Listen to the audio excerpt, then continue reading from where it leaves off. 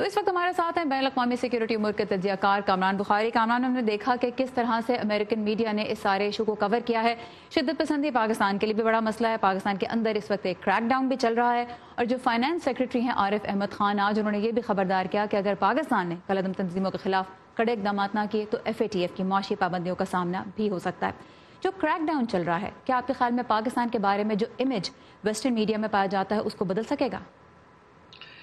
دیکھیں، یہ ایسا سچویشن ہے کہ جہاں پر وہ کہتے ہیں کہ we have been here before, کہ یہاں ہم پہلے بھی آ چکے ہیں.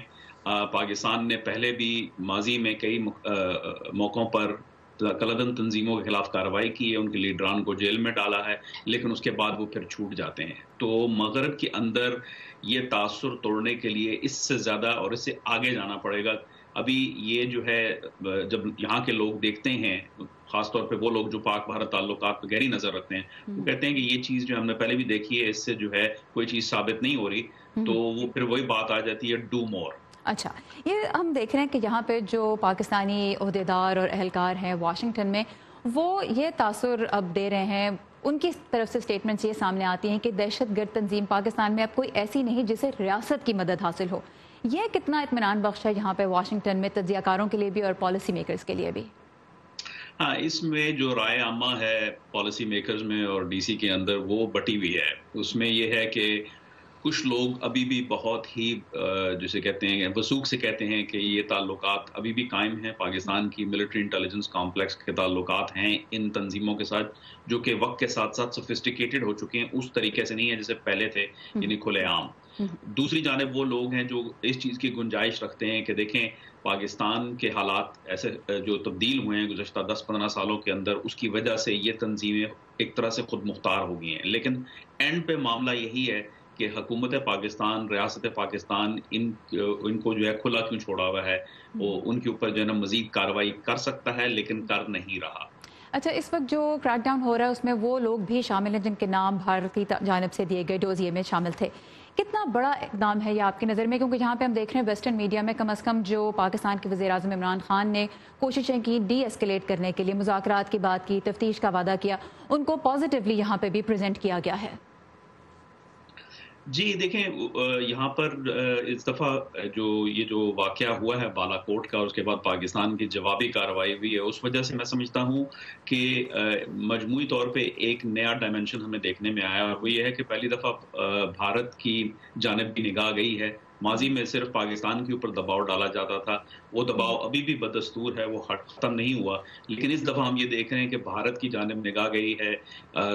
وزیر اعظم مودی جو ہیں، ان کے جو الیکٹورل کیلکولس ہے اس کے اوپر بات چیت ہو رہی ہے، کشمیر کے مسئلے کے اوپر بات چیت ہو رہی ہے، اور پھر مجموعی طور پہ جیسے آپ نے ذکر کیا اپنی رپورٹ میں کہ نیو یارک ٹائمز نے پاک بھارت جو ملٹری بیلنس ہے اس کے اوپر بھی گفتگو کی ہے. تو پاکستان کی جانب سے یہ اقدام کہ جن کے نام بھارت نے ڈوزیے میں دیے ہیں ان کو بھی پکڑا جائے، ان سے بھی تفتیش کی جائے، یہ پاک بھارت تعلقات کے لیے کتنا اہم ہوگا، اور اس سے پاکستان کی کیا پوزیشن نظر آتی ہے باہر کی دنیا کو؟ دیکھیں، اس میں یہی ہے کہ بیلنسنگ ایکٹ ہے کہ اگر وہ ڈوسیئر میں جن لوگوں کے نام دیے گئے ہیں، اگر ان کو پاکستان پکڑتا ہے تو ڈی ایسکلیشن تو ہوتی ہے، لیکن پھر سوال یہ اٹھتا ہے کہ اس کے بعد کیا ہوگا.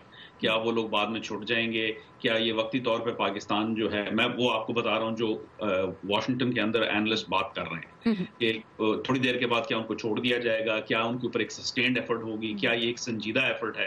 تو یہ ساری چیزیں دیکھنی، مطلب گڈ فرسٹ اسٹیپ، لیکن اس کے بعد بھی بہت کچھ آنا باقی ہے. جس طرح آپ نے بھی کہا اور ہم نے بتایا بھی کہ بھارت کے جو وزیر اعظم ہیں نریندر مودی، ان کے بارے میں بار بار یہی کہا گیا کہ وہ الیکشن کی وجہ سے اتنا سخت موقف اپنا رہے ہیں. تو ایک تو ہم دیکھ رہے ہیں کہ ان کی ساکھ کو کیا پھر یہاں پہ ویسٹ میں آپ کیا دیکھتے ہیں کہ کوئی فرق پڑے گا اس سے؟ کیونکہ سراہا تو نہیں گیا ان کے اقدامات کو، لیکن کوئی بہت ہیوی کرٹیسزم یہ نہیں تھا کہ ان کو ایسے نہیں کرنا چاہیے تھا. تو ون تھنگ از مودی صاحب کی اپنی ساکھ. نمبر 2، جیسے آپ نے بھی ذکر کیا، کشمیر کا ذکر تو ہوا ہے، لیکن کیا بھارت اپنی پالیسی پہ نظر ثانی کرے گا؟ کیا معاملات اور کیا ان کے بارے میں ڈسکشن کی جو نوعیت ہے وہ اس مقام پہ آ گئی ہے؟ دیکھیے، میں سمجھتا ہوں اگر پاکستان کی جانب سے غیر مقبولی کارروائی ہوتی ہے ایسی کالعدم تنظیموں کے اوپر، تو اس کے بعد پھر بال جو ہے وہ انڈیا کے کورٹ میں آ جاتی ہے.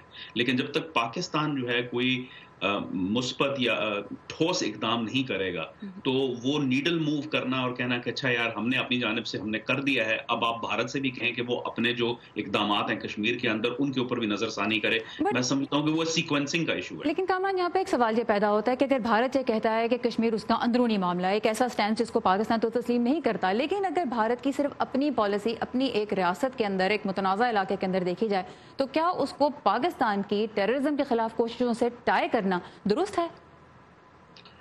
دیکھیں درست ہے بھی اور نہیں بھی، کیونکہ اس کی وجہ یہ ہے کہ ایک طرف اندرونی معاملہ ہے، یہ ایک انڈیجنس جو ہے انریسٹ ہے، جو لوگ وہاں پہ مظاہرے کرتے ہیں ان کا کلدم تنظیموں سے تو کوئی تعلق نہیں ہے، اور وہ بے شمار تعداد میں لوگ ہیں، وہ پورے ریاست کے اندر ہیں، بلکہ آج کوئی جو ہے روئٹرز کی خبر ہے کہ جو ہے بہت بڑی تعداد میں لوگ کشمیر کے لوگ جو ہیں وہ آزادی چاہتے ہیں، تو یہ تو ایک کمپلیٹلی ڈفرنٹ ڈائنامک ہے۔ لیکن پاکستان بیسڈ جو کلدن تنظیمیں ہیں جن کو پاکستان نے بین کیا ہوا ہے وہ بدستور کارروائی کرتی ہیں، اور پھر وہ اس فریڈم سٹرگل کو وہ جہادی جو ہے اپنا ایک جو اینگل مل جاتا ہے اور اس سے وہ بھی منفی طور پہ سٹرگل بنا دیتے متاثر ہیں، ہوتے پھر ہیں۔ وہ سپورٹ ختم ہو جاتی ہے۔ اور کامران بخاری بین الاقوامی سیکیورٹی امور کے تجزیہ کار ہمارے ساتھ ہیں، بہت شکریہ آپ کے وقت کا۔